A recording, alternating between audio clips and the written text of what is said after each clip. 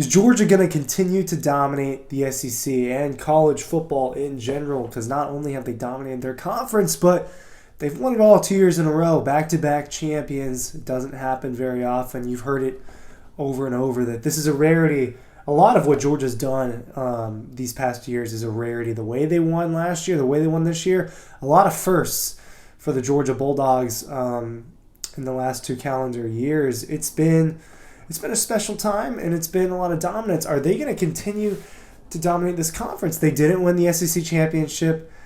This year it was their first SEC championship in 5 years. So when I say dominate the SEC, it's not like they're winning the SEC championship every year. So there is a counterpoint to that statement.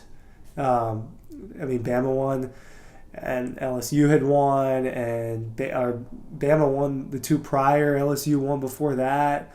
I believe Bama won again before that. So they haven't won every single time the conference, but they've dominated the conference the last 3 years. In the last 3 seasons, Georgia's lost 3 games in the last 3 seasons to 2 teams, Alabama and Florida. All right, 2 of those 3 games were in 2020. So Georgia has dominated. One of those games happened to be an SEC championship. But does this just continue? Is there a halt?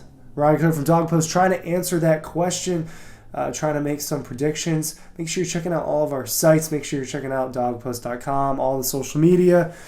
Make sure you're reserving your copy of Double Dogs. You're not going to miss it. It's going to be out soon. I promise it's going to be out soon. It's hard to put a book together right after the season, a long season. So thank you for your patience, and you will be getting your dog instruction here in the next few weeks. You will be getting that. Double Dogs. I think I said dog instruction, didn't I? I told Dean it was going to be hard to remember that it's Double Dogs. Double Dogs is the new book. Dog instructions from last year are still available to purchase if you want that. You're going to want to pair those.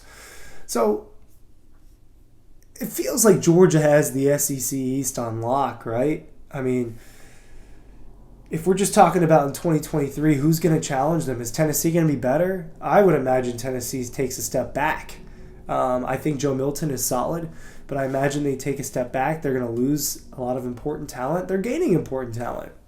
But I don't think they're what they were. I mean, they were ranked number 1. Let's not forget that. They were ranked number 1. I think they take a step back. I think you could see South Carolina take a step forward. I don't think that's crazy. Rattler and Beamer together for another year. You kind of figure some things out. So South Carolina being the second best team in the East, I don't think is crazy. Are they going to beat Georgia? That would be at Athens. I have a hard time with that.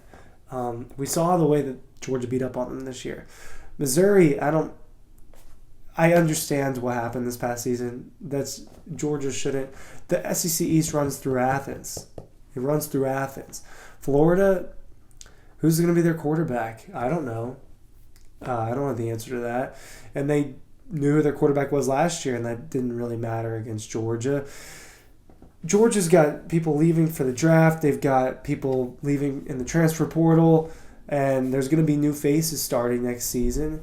But they have turned this into a machine where they're putting Tresman Marshall leaving, right, going to Alabama. How much does that affect Georgia? Now, Tresman Marshall made some plays this year and waited a long time to be able to get on the field. But you have Smile Amanda and Javon Dumas-Johnson. You've got freshman Jalen Walker. You've got other freshmen coming in that are 5-star guys. Georgia turns it out. These other schools don't. South Carolina doesn't just turn out. Florida doesn't even just turn them out the way that Georgia and Alabama, Ohio State, LSU to an extent. Some of these schools don't do that. Vanderbilt's not an issue for Georgia. Kentucky, with Devin Leary, are they better than they were with Will Levis? I think that's a sideways move. I think that's a little bit of a sideways move. And it's more than just the quarterback. So Georgia should be 6-0 in the SEC East this coming season. It's just how it is. They should be undefeated in the regular season probably. Who's going to start a quarterback? I think it's Carson Beck, but they should continue to dominate. Look at the West. Does LSU get back to the SEC championship? Jaden Daniels is coming back. I would imagine they get a little bit better. I think that Brian Kelly is a good coach and a good program runner, and I think that you could see LSU take a step forward. I have a hard time seeing Alabama take a step forward. I just do. I think that takes another year to fix. And yes, there are problems over there. Winning the Sugar Bowl and ending as a top 5 team, I understand your problems aren't that bad, but the talent that they're losing this year is different than in the past. Oh, losing Tua or losing Jalen, losing some of these receivers or defensive players, it was usually fine because they had so many people next in line. I don't think they have as many people next in line right now that maybe they will in a year or two.